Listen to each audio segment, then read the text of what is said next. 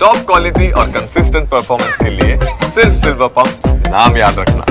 તો આ તરફ અમરેલીમાં રાજુલામાં જોલાપરી નદીમાં કાર તણાતા એકનું મોત નીપજ્યું। ઊંટિયાથી રાજપરડા વચ્ચે બ્રિજ પર બની હતી આ દુર્ઘટના।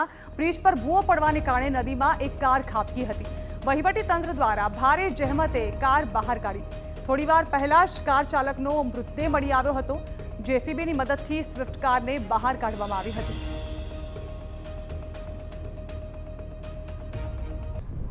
રાજપરા ગાંજાવદર રોડ ઉપર આ પુલ આવેલો છે। પુલમાં કાલે ભારે વરસાદના હિસાબે પુલ ઉપરથી પાણી જતું હતું અને પુલ ઉપર પાણી જતું હતું। વહેલી સવારમાં અહીંથી ગાંજાવદરથી રાજપરા થઈને રાજુલા ભાઈ વ્યક્તિ જતા હતા કાર લઈને।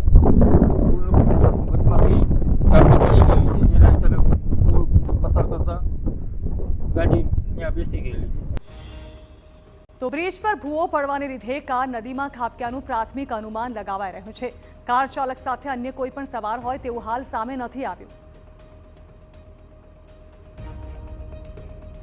આ બનાવ સવારમાં વહેલા 6 વાગે બનેલો। તેમના ભાઈના ઘરે અહીંયા ભગવાનભાઈ સૂતેલા અને સવારે વહેલે એના ઘરે પરત ફરતા અને પાણી હોવાના કારણે ગાડી એની ફસાઈ ગઈ। બ્રિજ તૂટી ગયો હતો એટલે બીજી તો ઘટનામાં વધારે તો કંઈ ખબર નથી, કેમ કે વહેલી સવારે 2-3 જણા હતા।